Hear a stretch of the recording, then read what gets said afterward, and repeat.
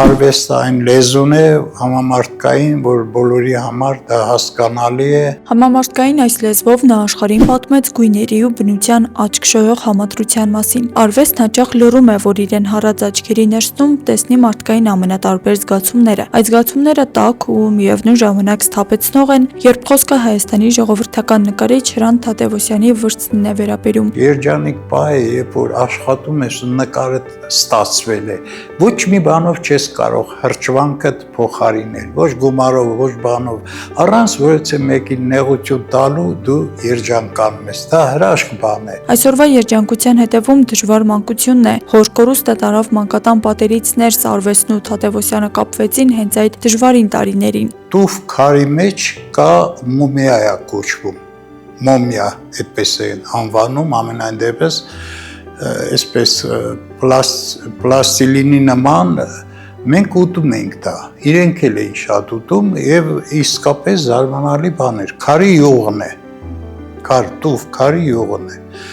և այնտեղ այդ գերիները, ռազմագերիները, որոնք աշխատում են տուֆ հանքերում տուֆի, մեզ այդ պլաստիլինի նման այդ զանգվածից պատրաստում են փոքրիկ սայլիկներ, ինչ-որ բաներ և մեզ նվեր էին տալիս և այդտեղից փորձեցի մի-երկու անգամ, որ ես էլ կարող եմ այդպիսի բան պատրաստել, այդպես լավ մշակվում է ձեռքի հետ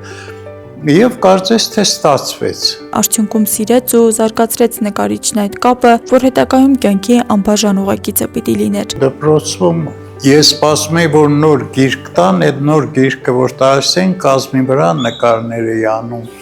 Եվ պես աստիճանաբար 7-րդ դասարանում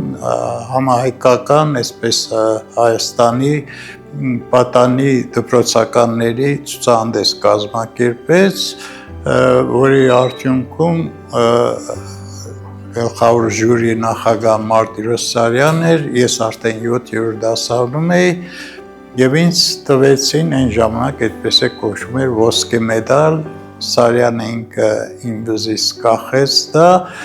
և իրեն օրհնանքը տվեց։ Ստեղծագործական ճանապարհը երբեք ուղիղ չի լինում։ Կյանքը երբեմն գույների նման է, թելադրում է այն երանգները, որոնցով պիտի նկարես քո պատմությունը։ Երբեմն դրանք պայծառ են, լուսավոր, երբեմն խոհուն ու մուգ, բայց հենց այդ հակադրությունների մեջ է ծնվում արվեստը։ Աբստրակտ պատկերների ու բնաշխարհի ձուլվածքով է արտահայտում իր զգացողությունները Թադևոսյանը։ Նկարները նայողը կարծես երկխոսության մեջ է մտնում բնության հետ, որը երբեմն մեղմ ու զուսպ է, երբեմն ազատ ու համարձակ, բայց հաջողում են նրանք, ովքեր ի վերջո հասկանում են գույնի ճշմարտությունը։ Ես շատ եմ ուզում, որ գեղեցիկը ոչ միայն նայել ու հրճվել է նկարիչների համար, այլև այն